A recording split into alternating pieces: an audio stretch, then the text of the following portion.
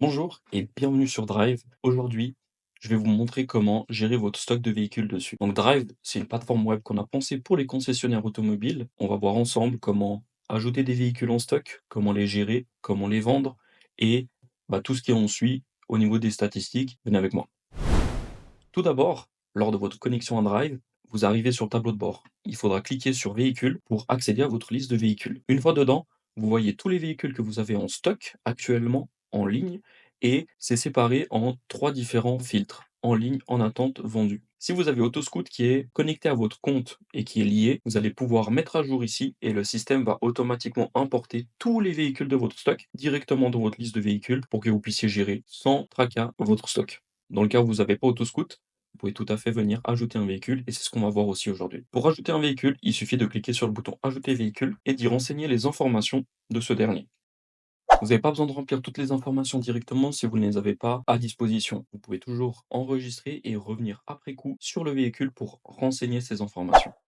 Pour les accessoires, ça va vous permettre de renseigner si le véhicule a, lors de la vente, également des pneus hiver, par exemple, des pneus été fournis.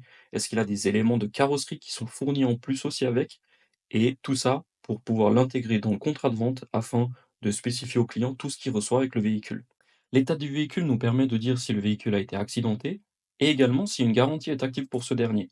Lorsque vous vendez avec une garantie, vous pouvez venir renseigner la description de la garantie, donc vous mettez qu'est-ce que vous garantissez et le prix de la garantie. Une fois le véhicule vendu, vous pouvez renseigner la date de fin de garantie pour que d'ici quelques mois ou une année, vous pouvez voir et contrôler si le véhicule a toujours une garantie active ou pas. Le prix de vente, c'est celui-là qu'on va utiliser pour renseigner le prix auquel on vend le véhicule et le statut du véhicule. Le statut du véhicule va vous permettre de venir spécifier si vous importez un véhicule, s'il est d'ores et déjà vendu ou est-ce qu'il est toujours en stock. Le mode de commercialisation vous permet de spécifier si le véhicule est un stock, c'est un véhicule que vous avez acheté pour votre stock et que vous vendez. Sinon, dépôt, c'est un véhicule qui est en dépôt-vente. Et le dernier, c'est leasing, c'est pour renseigner si le véhicule, vous ne faites uniquement une prestation pour la demande de leasing.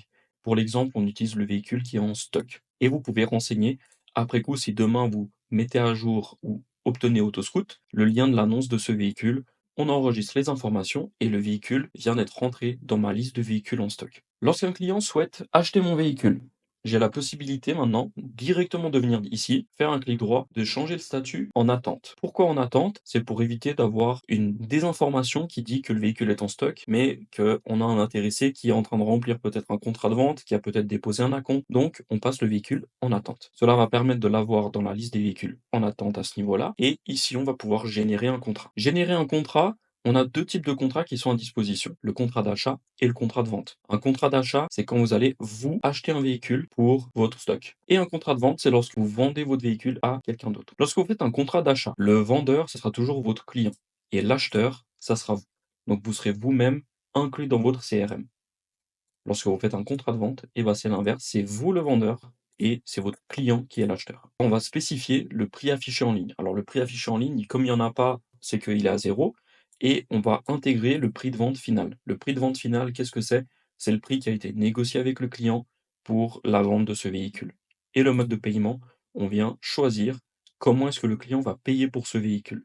Si c'est un leasing, on choisit financement externe. Le texte va venir s'intégrer directement pour le contrat de vente. Une fois qu'on génère le contrat, cela va nous générer un PDF qu'on va pouvoir transmettre au client pour qu'il signe et qu'on le reçoive vendredi. Une fois le contrat signé, on revient dans nos véhicules en attente, changer de statut et vendu. Une fois qu'on a fait ça, on choisit la date de vente du véhicule, le prix de vente net et combien est-ce qu'on a acheté le véhicule. On va pouvoir intégrer le prix réel d'achat et valider la vente. Ce qui va se passer maintenant, c'est que le véhicule va passer dans les véhicules vendus à ce niveau-là et dans notre tableau de bord, les données vont être mises à jour avec l'augmentation du revenu total et ici, on a également notre suivi mensuel de nos revenus. Et voilà, vous savez maintenant comment ajouter un véhicule à votre stock et le gérer sur Drive. Vous avez bien vu, c'est hyper simple, c'est facile et c'est fait pour vous.